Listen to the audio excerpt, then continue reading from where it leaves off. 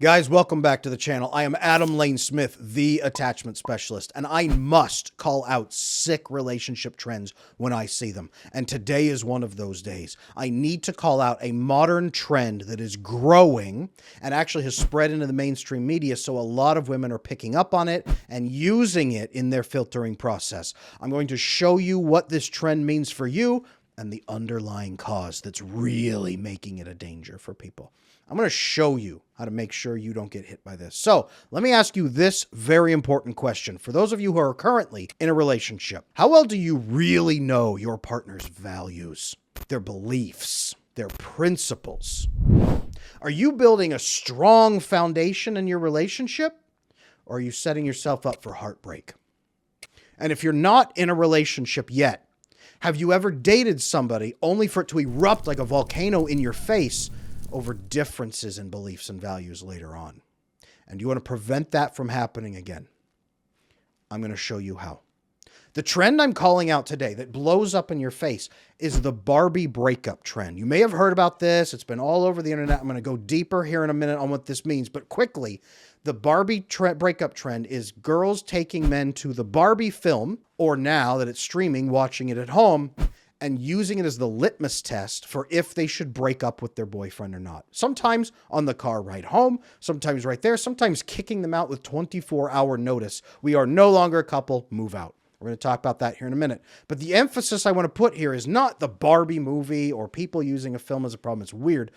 The emphasis here is a lack of communication about shared values. Also, the utterly crazy expectations that some women have about how men should act and feel and think and provide. There's enormous pressure on men, and we're going to talk about that. And it isn't just men who are getting hit by these unreasonable problems and getting blindsided by sudden problems in their relationship with incompatible values. It's also women. There's a lot of red pillars out there who do this. There's some narcissistic men, avoidant men, all kinds of men blindside their female partners with total incompatibility 6 months into a relationship, a year into a relationship. We're going to talk about how to fix that because I'm going to show you today how to screen for these issues while dating. I'm Adam Lane Smith, the attachment specialist. Shout out to all of my members on this channel. Thank you so much for supporting me. I really appreciate you. And for all the new viewers who are coming in today, I am glad you're here for this one because this is going to show you how to avoid not just the Barbie breakup trend. It's always going to be something, but the core problems that tear relationships apart. I'm going to show you how to screen for that from day one. Because the reality here, guys, is that the Barbie breakup trend only reveals an important piece that most people in modern dating are missing already. The Barbie movie isn't the problem. People using the Barbie movie isn't the problem. People not having conversations early enough to reveal incompatibilities is the problem. Also, people not screening out crazy partners who are going to blindside you. That's also a problem. Unrealistic standards and selfish demands and huge pressures, those are also problems. So this is the time to understand how to date, and it's also the time to fix your attachment style and become secure so that you can be resilient and screen for these issues early on. I'm going to show you how to do that during this video. I'm going to show you how to implement this whole thing to build compatible romantic relationships that can last you a lifetime. So if that sounds good, let's go. All right, so let's understand this Barbie trend, right? It started off with this big Reddit post from this woman that said, I took my boyfriend to the movie and I was crying and he was saying, I don't really get it. And I knew he didn't share the feminist values from the film anyway. And then on the car ride home, he said he was uncomfortable. And then I said, then we need to break up. And I gave him 24-hour notice that he needed to move out of our home. And then he left, but I tracked him over his phone to see that he had really left out of state. Why did this happen, guys? I'm really worried. This is not the only story, though. This story has been picked up and repeated from other women throughout all of mainstream media. Big news outlets are now running Barbie movie, litmus test, use this film. Women are being encouraged to use this film. The problem is not the Barbie movie. I mean, yeah, a lot of couples are concerned about that, and I get that. The problem is not the Barbie movie. It's not women looking for a litmus test. It's that couples are not talking about their underlying values. All these undiscussed issues that should never have allowed the relationship to get to a point where they were living together. It's about failing to filter out crazy partners who want to exert power over you and demand that you cater to their feelings based on films or based on fads or based on politics. You have 24 hours to get out of my home because you didn't like the same film because you don't have the same values. How the hell did that man even get into that relationship in the first place? I'd love to meet him and ask. Guy out there, if you're listening to this, contact me. I'd love to hear from you. Here's what I want to point out. You do not need to be afraid. This is not a fear video. This is not, this could happen to you. It's not, this could happen to anyone. No, it can't. This happens when you don't screen correctly.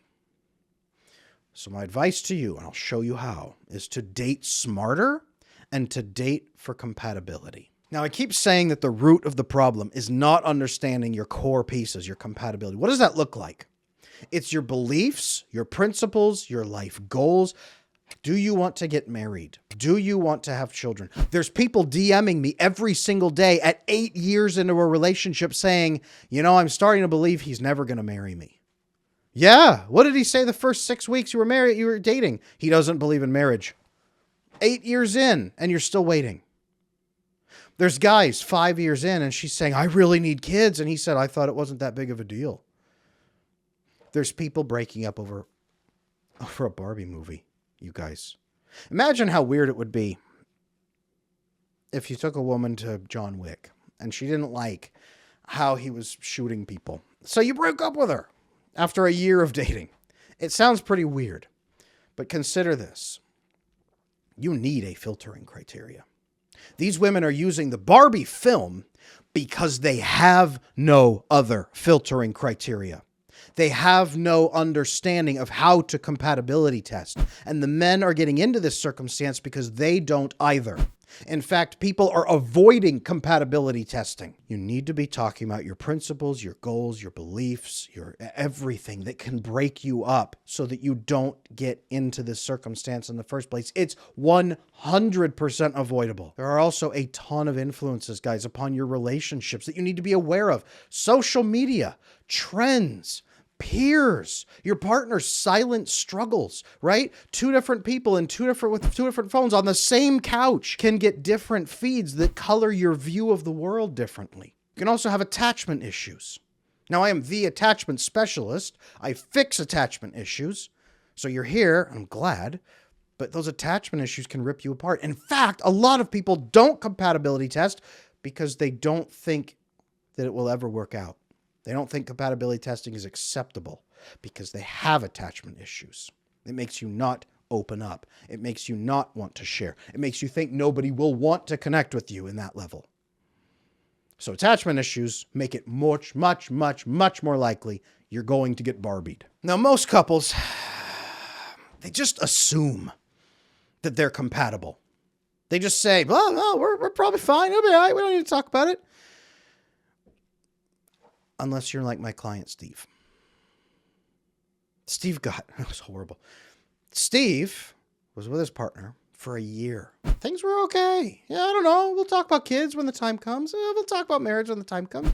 You know, we'll talk about goals and values when the time comes. Yeah, we don't really have the same religious beliefs. I don't really know what hers are. We'll talk about that when the time comes. A year. We'll talk about that when the time comes. Which is really just, I don't want to talk about it. Till she got pregnant. Steve came to me, Adam, what do I do? She's pregnant. Okay. Well, given the current political landscape, the first question, is she planning to keep it? I don't know. I don't know what her views are on that. Okay. Those are usually influenced sometimes by religion or politics. What are her religious or political views? I don't really know that either. We've avoided talking about that. We were just trying to have fun. Okay.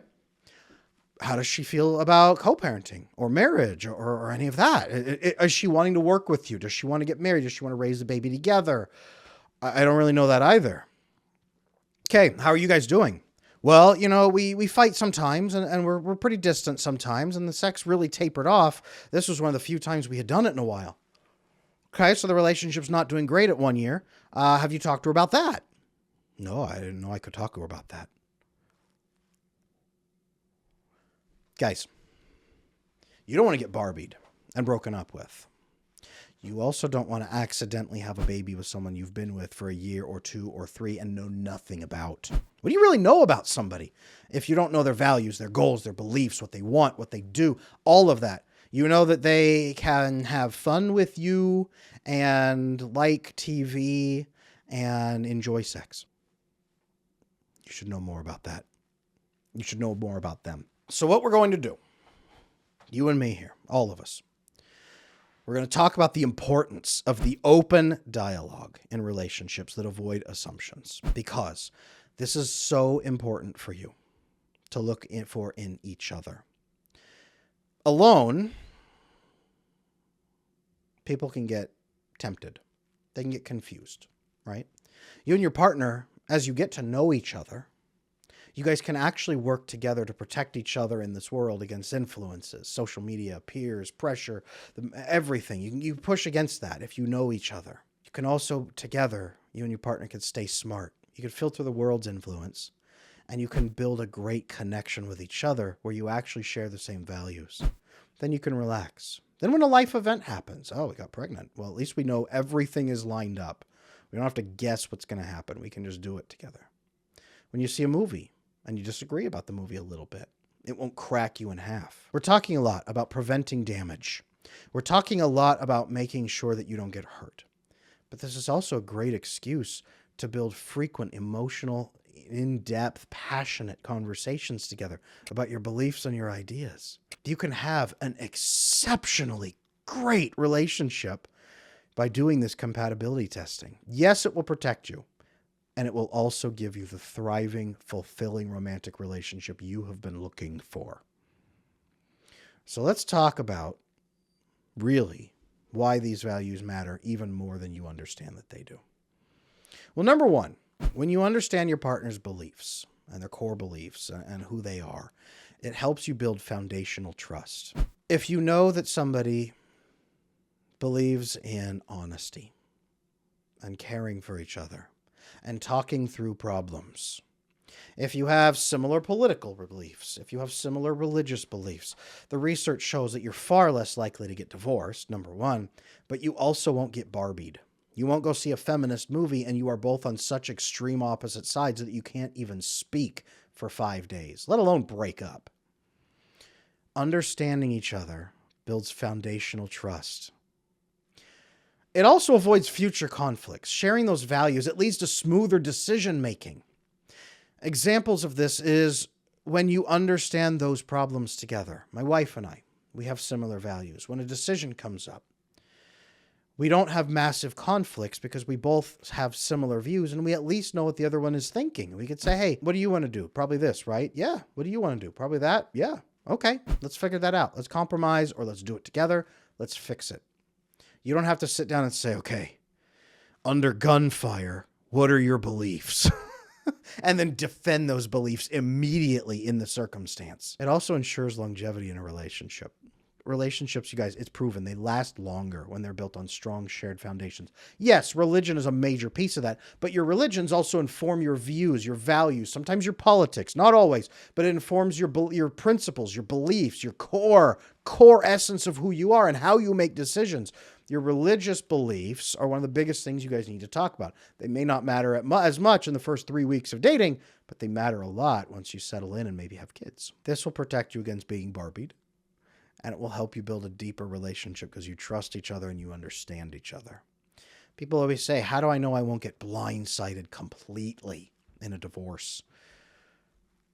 There's warning signs, you guys. There's so many missed conversations. The same thing that leads to a girlfriend breaking up with you in a Barbie movie is the same thing that leads you 20 years from now to her divorcing you after your last kid graduates high school and she says, okay, I'm done.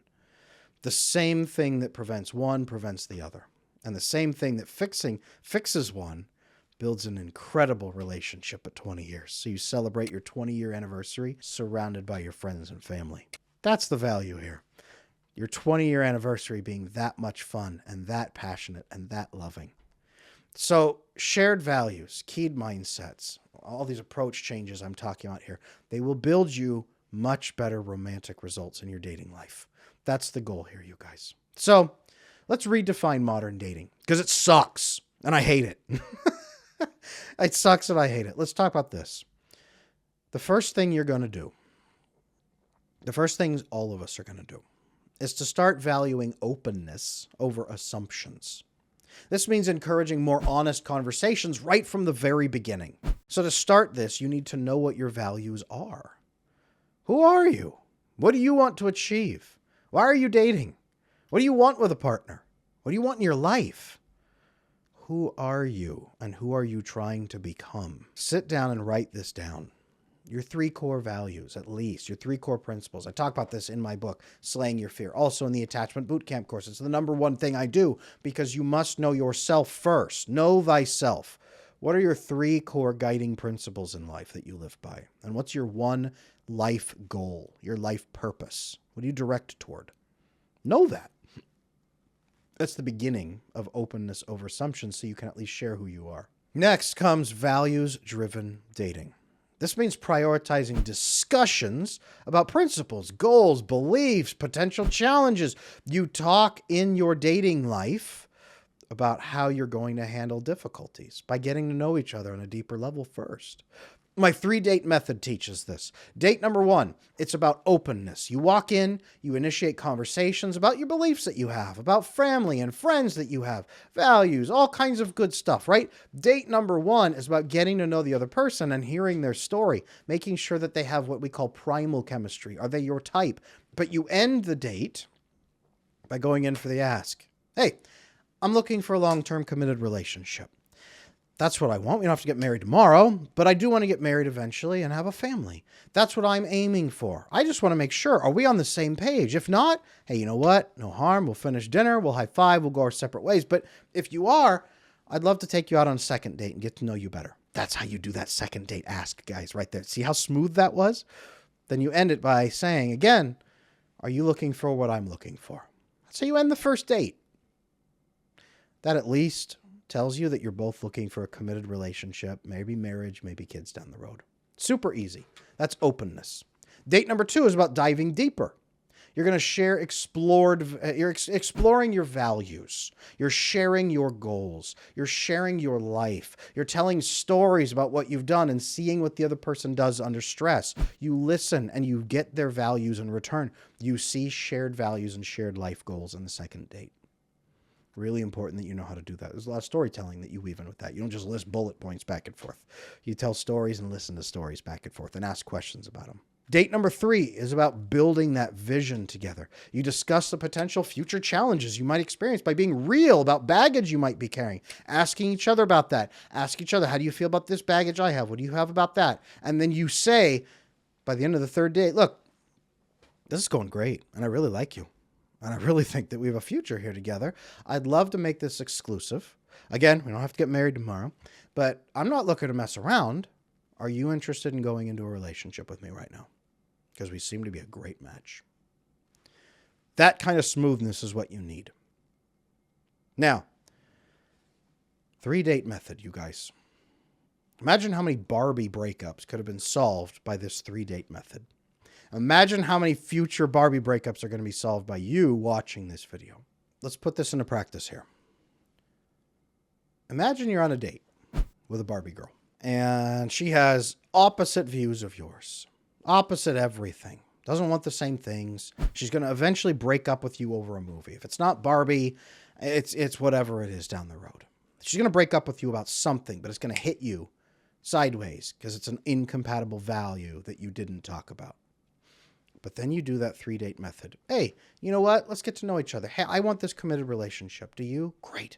Second date. Let's talk about our values. Let's talk about our beliefs. Let's talk about our goals. What do you want in life? Who do you want to be with? What's important to you? Tell me about your friends. Tell me about your family. What are your thoughts on this? What are your thoughts on that? Cool. Date number 3. Let's talk about some baggage, realistic baggage. What's important to you? What has someone done in the past that has hurt you? Have you ever broken up with somebody over a Barbie movie? This is important to me. What's important to you? You share that. And it doesn't stop at 3 dates, but just look at that 3-date process, you guys. That girl's going to get up and run from the table. She's going to have nothing to do with you because it's so clear that your values are incompatible, that your goals are incompatible. You're going to filter out these Barbie girls immediately. Ladies who are watching, and I know you are, same process with you. You're going to filter out guys who are not looking for commitment. You're going to filter out guys who are not real. You're going to filter out guys who lie about looking for commitment just to try to have sex with you and then can't get sex with you by the third date, so they're out. You're going to be filtering out a lot of people, you guys. Do not date like most people who just walk in and say, yeah, it's going to be fun on the first date. It'll be great. Yeah, no, we're just here to have fun. Second date, yeah, we're still here to have fun. No, I'm not going to mention anything serious. No, what do you do for a living? Oh, what's your hobbies? Oh, that's your hobbies? Wow, that's pretty cool. Yeah, I have some hobbies too. And then third date, yeah, I still have those hobbies. It's pretty cool. Hey, why don't we've already had sex 18 times and we've only been on the third date. So why don't we maybe talk about, not feelings, nothing important. Let's just talk about movies. Hey, why don't we go see Barbie? No, guys, don't do that. Please don't date blindly. Apply the 3-date method. Start talking about these things. And then spend the first year. When I have coaching clients come in who learn how to date, the first 3 dates are a filter. The first year is an intense filtering program to make sure that you don't get blindsided. This means continuous check-ins. You're regularly revisiting and discussing shared values as both of you grow and grow and grow over time in a relationship. I encourage the couples that come into me for coaching. I set them up with weekly minimum, monthly, at absolute minimum during great times, monthly check-ins. When things are a little tense, weekly check-ins. And when things are really rough, every 2 days, every 3 days, every day, constant check-ins. How you doing?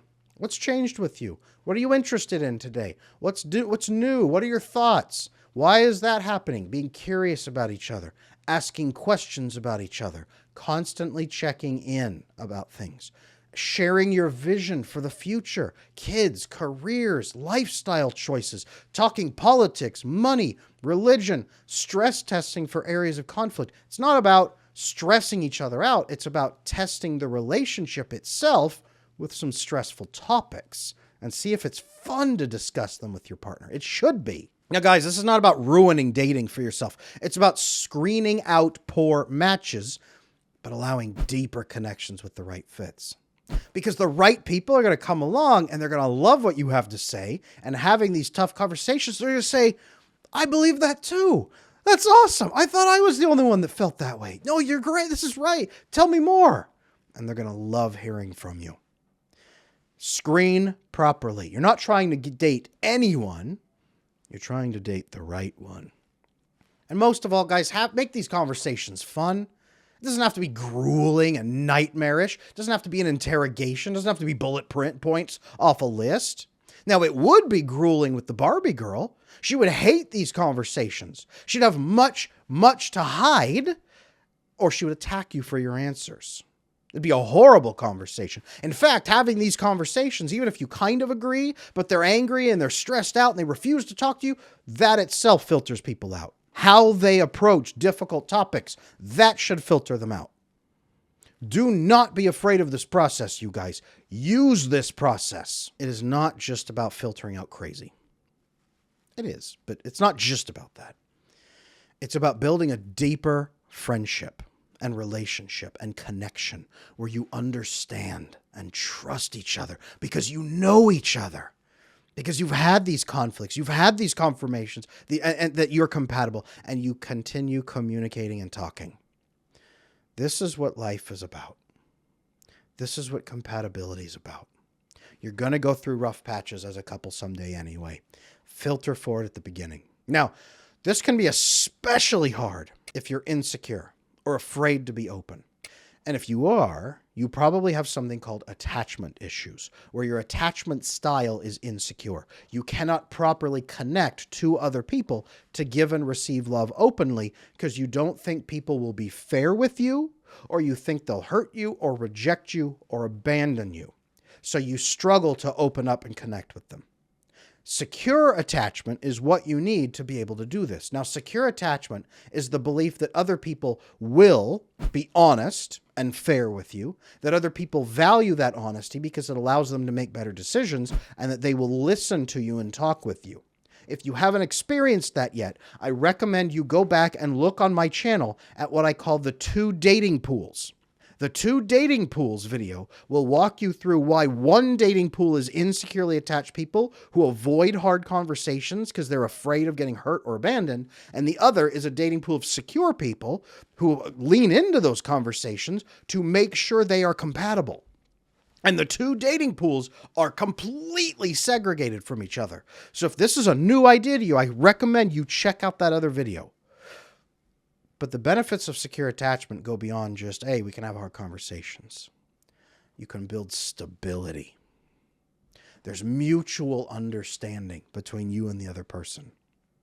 You are resilient against external pressures, against like Barbie movies, against trends, peers, bad friends that tell her you should break up with him because he doesn't spend enough money on you.